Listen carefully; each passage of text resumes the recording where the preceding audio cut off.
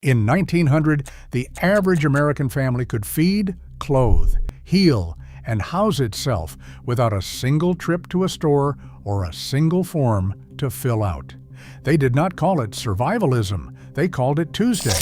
But somewhere along the way, we traded these skills for convenience, and convenience came with a price.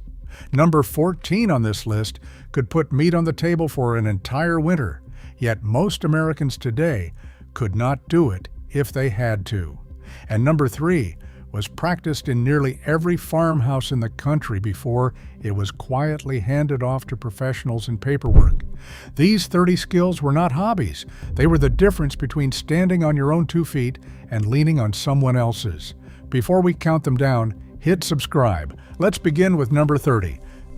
Number 30, darning socks and mending clothes was a skill every child learned before they could write their own name. A wooden darning egg slipped inside a worn heel, a needle threaded with matching wool, and the careful weaving of fresh thread across a hole until the sock was whole again. In 1935, a pair of work socks cost a dime, but a dime was not nothing, and throwing them out was unthinkable.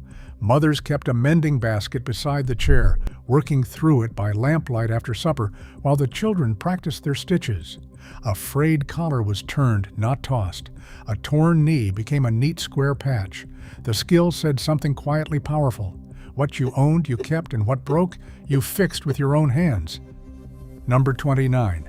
Sharpening a knife and a tool by hand was the mark of a person who took care of what they carried. Every kitchen had a whetstone, every barn an oil stone, and every man a pocket knife he could shave with if he had to. The trick was the angle, held steady at the width of 2 nickels stacked, and the patience to draw the blade across the stone in long, even strokes until the edge caught the light and bit into a thumbnail. A dull tool was dangerous, slow, and a sign of a careless hand. Farmers honed their scythes in the field with a few quick passes between rows. Today, most folks buy a new knife when the old one fades, never knowing the edge was theirs to restore all along. Number 28. Making fire without a single match was once ordinary knowledge, not a campfire trick. A piece of flint, a curved steel striker, and a nest of dry tinder, often charred cloth kept in a small tin, were all it took. One sharp strike threw a shower of sparks. One landed in the tinder, glowed, and was lifted into a bundle of grass and blown gently to life. Before friction matches became cheap and common, this was how every hearth was lit on a cold morning. Children learned to gather and dry tinder through the summer so the family never woke to a dead, cold stove. The man who could not make fire could not keep his family warm, and so nearly every man could. Number 27. Reading the weather from the sky kept families ahead of disaster long before a single forecast crackled over the radio. A red sky at dawn warned of a storm coming. A ring around the moon meant rain within a day. Cattle lying down in the field, swallows flying low, the sharp smell of the air before a downpour. All of it was a language written across the land. Farmers planned the harvest, the planting, and the long drive to town around what the sky told them. Aching joints predicted a front. A still, heavy heat in the afternoon promised hail by evening. They were rarely caught off guard because survival depended on noticing, and noticing was a skill they sharpened every single day. Number 26. Whittling and carving, everyday tools turned a length of firewood into whatever the household needed. A boy was handed his first knife around age 7 and learned to make spoons, handles, pegs, toys, and clothespins from scrap wood by the fire. There was no aisle to buy a replacement axe handle. You found a length of straight-grained hickory and shaped it yourself. The shavings curled onto the floor and went straight into the kindling box because nothing was wasted. A good carver could fashion a whistle for a grandchild or a new tooth for the hay rake in an evening. The skill cost nothing but a blade and time, and it meant a broken handle was never a trip to town, only an hour by the stove. Number 25. Saving seed from one season to the next was the quiet engine of every garden in America. Come fall, the best tomato, the fattest bean, the strongest squash was set aside, not eaten. Its seeds were dried on a windowsill, wrapped in paper, and labeled in pencil for spring. By 1920, a family that saved seed paid almost nothing for a garden that fed them all summer and filled the cellar for winter. The seeds adapted to the soil and the climate, growing hardier with each generation in that particular patch of ground. Neighbors traded varieties over the fence, and a prized strain of pole bean might carry a family's name for 50 years. To save seed was to never depend on anyone for next year's harvest. Number 24. Churning butter was the rhythm of the farmhouse afternoon. Cream skimmed from the morning milk was poured into a tall wooden or stoneware churn, and the dasher was worked up and down, for the better part of an hour. The sound, a steady slosh that slowly thickened, told the practiced ear exactly when the butter was breaking. Children took turns at the handle, groaning when their arms gave out. When the fat finally clumped, it was washed in cold water, salted, and pressed into a carved wooden mold that left a wheat sheaf or a cow on the top. A pound of store butter could be had, but why pay for what the family cow gave freely? The smell of fresh cream and the snap of cold butter on warm bread were their reward. Here's where it starts to get serious. The next skills weren't about comfort. They were about whether the family ate at all through the long months when nothing grew. Number 23. Baking bread with a wild starter meant a household never ran out of leavening, even when the store was a full day's ride away. A jar of sourdough, fed with flour and water and kept warm near the stove, held a living colony of yeast that could raise a loaf indefinitely.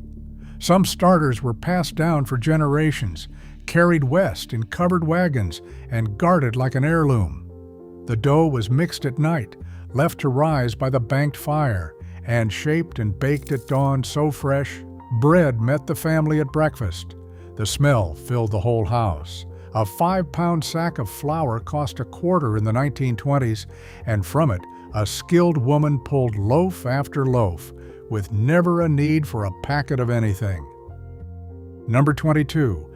Water bath canning turned a summer's abundance into a winter's survival. When the garden came in all at once, tomatoes, peaches, beans, and berries by the bushel, the kitchen turned into a furnace of boiling kettles and steaming jars. Each glass jar was packed tight, topped with a lid, and lowered into bubbling water to seal it against spoilage. The satisfying ping of a lid sealing as it cooled on the counter was the sound of money in the bank. A well-stocked cellar held 200 jars or more, lined up in gleaming rows of red and gold. It was insurance you could eat. A family that canned never feared a hard winter because they had already beaten it back in August, jar by jar. Number 21. Pressure canning took the skill a step further and let families put up meat soup and low-acid vegetables that water bath canning could not safely hold. The heavy pressure canner hissed and rocked on the stove, its weighted gauge dancing as the temperature climbed past boiling. Inside, quart jars of beef, chicken, and green beans were sterilized to last for years on a shelf with no ice and no electricity. A hog butchered in November could be canned and eaten the following August, still tender. The skill demanded respect and attention because a careless seal was dangerous, but a woman who knew her canner fed her family through any season. It was the freezer before the freezer, and it ran on nothing but heat and know-how. Number 20. Smoking and curing meat preserved a season's protein without a watt of electricity. A side of pork or a venison ham was rubbed with salt, sugar, and saltpeter, then hung in a smokehouse over a slow, cool fire of hickory or applewood for days. The smoke and the salt drove out the moisture that spoilage needed, leaving meat that kept for a year hanging from the rafters. The smokehouse, that small dark shed behind the kitchen, smelled of every winter that ever passed through it. A family with a full smokehouse in December had bacon for breakfast through the following fall. The craft was old as the country itself, and it asked only patience, fire, and the steady hand of someone who had learned it from their own folks. Number 19. Rendering lard and tallow wasted nothing from the animal and gave the household its kitchen fat for the year. The hard fat, trimmed from a hog or steer, was cut small and melted slowly in a great kettle until it turned a clear, golden liquid, then strained and poured into crocks where it set snow-white. Lard made the flakiest pie crust and the lightest biscuits a cook could dream of, and a crock of it cost the family nothing but an afternoon's work. The cracklings left behind were salted and eaten as a treat. Today, people pay a premium at the market for what every farm wife produced for free. The skill turned what a butcher might throw away into the most useful ingredient in the entire kitchen. Number 18. Making soap from lye and fat was chemistry practiced over an open fire in the backyard. Wood ashes were leached with water to draw out lye, then combined with rendered fat and stirred for hours over a low flame until the mixture thickened and came to trace. Poured into wooden molds and cut into bars, it cured for weeks before it was ready. One batch washed the bodies, the dishes, the floors, and the clothes of an entire family for months. A bar of store soap was a small luxury, but a woman who made her own never had to buy it. The smell was sharp and clean, and the knowledge, passed mother to daughter, meant cleanliness was something a family produced, not purchased. Number 17. Dipping candles lit the home before the power lines reached the countryside. Tallow saved from rendering, or precious beeswax, was melted in a deep pot, and wicks of twisted cotton were dipped again and again, building each candle one thin layer at a time as the wax cooled between dips. A long autumn evening might produce a winter's worth of light, hung in rows from a broom handle across 2 chairs. Children counted the dips, fascinated as the candles slowly thickened.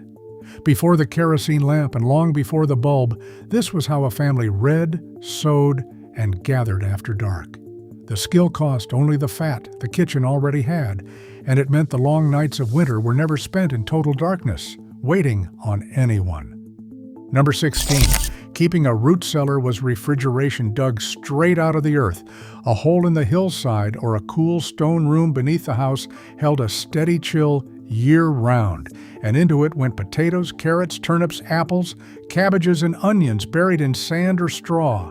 Properly stored, a harvest kept fresh and crisp from October clear through to spring planting.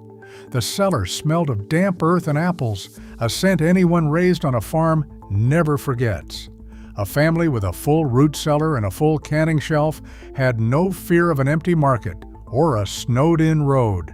The cool dark did the work that machines do now for the price of digging once and knowing how to pack the harvest right. Now, here's a turn worth pausing on. The next skills weren't done at home at all. They were done out in the wild, and they separated the families who only grew their food from the ones who could find it anywhere. Number 15. Foraging wild food filled the table from land nobody owned and nobody planted. Spring brought dandelion greens, ramps, and morel mushrooms. Summer gave wild berries by the bucket. Fall dropped hickory nuts, walnuts, and persimmons. A family that knew the woods ate well in seasons when the garden was bare, and they knew exactly which plant healed and which one harmed, a knowledge carried in the head and never written down. Children learned the difference at their grandmother's elbow, taught which mushroom was supper and which was death. The forest was a second pantry, free for anyone with the eyes to read it.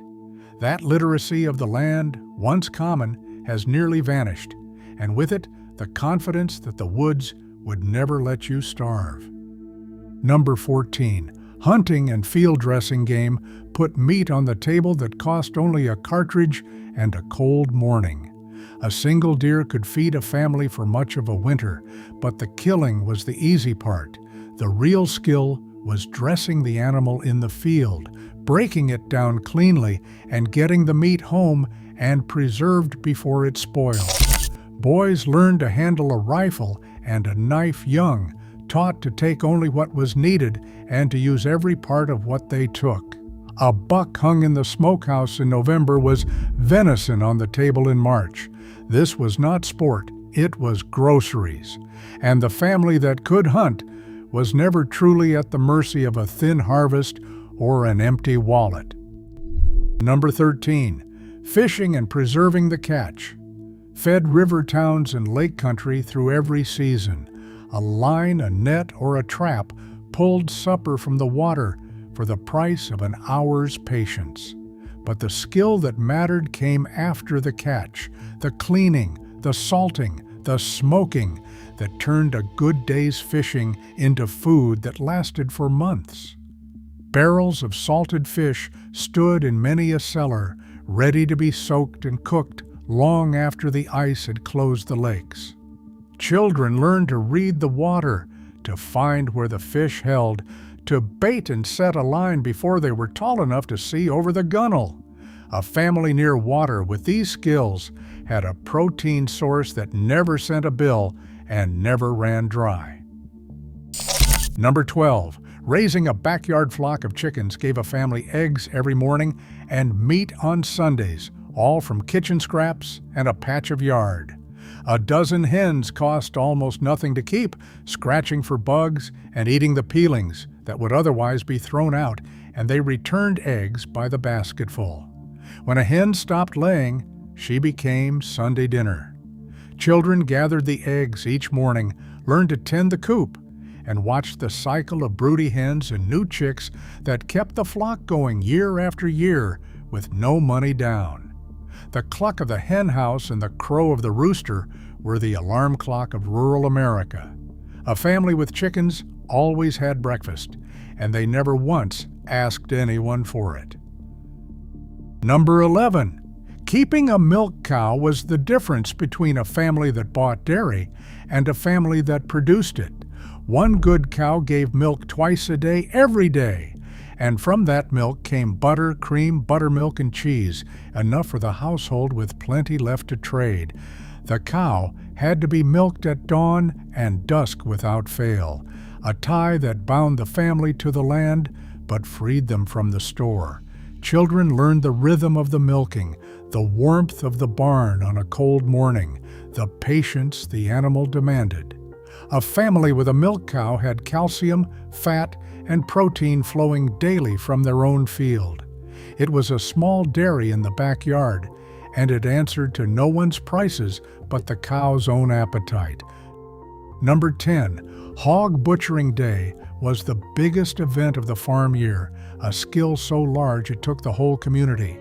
When the weather turned cold enough to keep the meat, neighbors gathered at first light to slaughter, scald, scrape, and break down the hogs into hams, bacon, sausage, chops, and lard. Nothing was wasted, from the meat to the fat to the very bristles. By nightfall, a family had hundreds of pounds of food secured for the year, and the favor would be returned at the next farm down the road. The work was hard, bloody, and absolutely essential, and every adult knew their part. It was the day that filled the smokehouse and the cellar both, the day that guaranteed the family would not go hungry, all of it done by hand. Number 9, spinning fiber into thread turned raw wool and flax into the raw material of every garment a family owned. The spinning wheel hummed in the corner of the parlor as a skilled spinner drew the carded fleece into a strong, even thread, the foot working the treadle in a rhythm so practiced it looked like rest. From a few sheep came the yarn for a winter's worth of socks, sweaters, and blankets. Before cloth could be bought cheap by the bolt, this was where clothing began. At the wheel, with wool the family had sheared themselves. Daughters learned the craft young, and a woman who spun well was prized. The skill meant that warmth, The most basic protection against a killing winter was something a family made from their own flock. Number 8. Knitting socks and sweaters clothed the family through every cold season with nothing but needles and yarn. A skilled knitter could turn out a pair of warm wool socks in an evening by the fire, and through the winter, the whole family was kept in mittens, scarves, caps, and sweaters from her hands. When a heel wore through, it was simply reknit, not replaced. Women knitted while they talked, while they rocked a baby, even while they walked, the work so ingrained it needed no eyes. A basket of yarn was a wardrobe waiting to be made. The store-bought sweater would come later and cheaper, but it never fit like the one knit to a child's exact size by someone who measured them with her own arms. Number 7. Quilting from scraps wasted not a single inch of worn-out cloth and warmed the family through the coldest nights. Every faded shirt, every outgrown dress, every flour sack was cut into pieces and pieced back together into a quilt top, then layered with batting and backing and stitched by hand. A quilt held the history of a family in its fabric, this square from a wedding dress, that one from a baby's gown. The quilting bee brought the women of the community around a single frame, hands flying, news passing, a long task made short by company. A good quilt outlasted the person who made it and warmed grandchildren yet unborn. It was thrift and art and love, all stitched into one warm layer against the dark. We're into the final stretch now, and these last skills weren't just about feeding and clothing a family. They were about building the very world the family lived in. Number 6. Blacksmithing and tool repair kept the farm running when the nearest replacement was a day's journey away. At the forge, iron was heated until it glowed orange and hammered into hinges, nails, horseshoes, plow points, and 100 other parts a working farm chewed through. When a tool broke, the blacksmith, often the farmer himself, simply made another or mended the old one. The ring of hammer on anvil was the heartbeat of every rural community. A man who could work iron was never stranded by a snapped blade or a worn-out shoe. The skill turned raw metal into whatever the moment demanded, and it meant the failure of a single critical tool was never a catastrophe, only a few hours at the fire. Number 5. Carpentry and the raising of their own buildings meant a family's home, barn, and fences came from their own hands and their own timber. Trees were felled, hewn square, and joined with wooden pegs into frames that stood for a century. A man was expected to know how to build, to hang a door true, to raise a roof that shed water, to lay a floor that did not sag. And when a barn was needed, the whole community came for the raising, lifting the heavy timber frame into place in a single day of shared labor. The skill built the country one homestead at a time, without a contractor or a permit or a loan. A family that could build never waited on anyone else to put a roof over their heads. Number 4. Finding and digging for water was the skill that decided where a home could even stand. Before drilling rigs and municipal pipes, a family located their own water, sometimes with a forked willow branch in the old practice of water witching, then dug the well by hand, often dozens of feet straight down through earth and rock. To strike good water was to secure the single most precious resource on the homestead. The well was lined with stone, topped with a bucket or a pump, and guarded carefully. Every drink, every wash, every drop the garden got came up from that hole they had dug themselves. A family with its own well and its own water answered to no one for the most basic need of all. Number 3. Home doctoring and herbal medicine handled nearly every illness and injury long before a clinic was within reach. The grandmother of the house was the family physician, and she knew which herb broke a fever, which poultice drew out infection, which roots settled a stomach, all of it gathered from the garden and the woods and stored in the pantry. She set broken bones, stitched wounds, delivered babies, and nursed the sick through the night. In many communities, the midwife brought every child into the world and asked little in return but a meal and thanks. This deep knowledge of the body and the plant was passed woman to woman across generations until it was slowly handed over to professionals and offices. Once, healing was something a family kept at home, in the head and the hands of someone who loved them. Number 2, the barn raising and the whole web of neighbors helping neighbors was the safety net before there were any others. When a family's barn burned, the community rebuilt it. When a man fell sick at harvest, the neighbors brought in his crop. When a baby came, the women gathered. No one filled out a form or waited on a check, because the help came from the people who lived down the road, and everyone knew the favor would return when their own hard day came. This was insurance, written in sweat and trust, the understanding that a community that carried its own would never let one of its families fall. It was the strongest safety net ever devised, and it was built entirely out of people who showed up. And finally, in first place, number 1, passing every one of these skills down to their children was the greatest act of self-reliance of all, because it ensured that none of it would ever be lost. A child on the homestead learned by doing at the elbow of a parent or a grandparent, gathering eggs, churning butter, mending socks, reading the sky, until the knowledge was simply part of who they were. There were no manuals, no classes, only the daily handing down of 1,000 competencies from one generation to the next.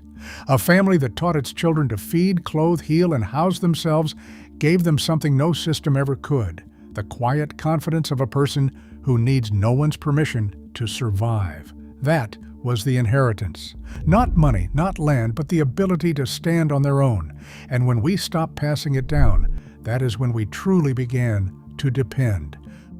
Across all 30 skills, from the simple darning of a sock to the great act of teaching the next generation, one truth runs through every single one. These Americans did not wait for anyone to feed them, clothe them, heal them, or house them. They did it themselves, and they taught their children to do the same. The skills faded as conveniences arrived and as the daily need for them slipped away, traded for the ease of a store shelf and the comfort of a system that promised to handle it all. Some of that trade was a gift, and no one misses the hardest parts of that life, but something was lost in the bargain. A confidence, a competence, a quiet independence that came from knowing you could provide for your own. The good news is that none of it is truly gone. Every one of these skills can still be learned. The question is only whether we choose to remember them. Which one will you bring back first? Let me know in the comments.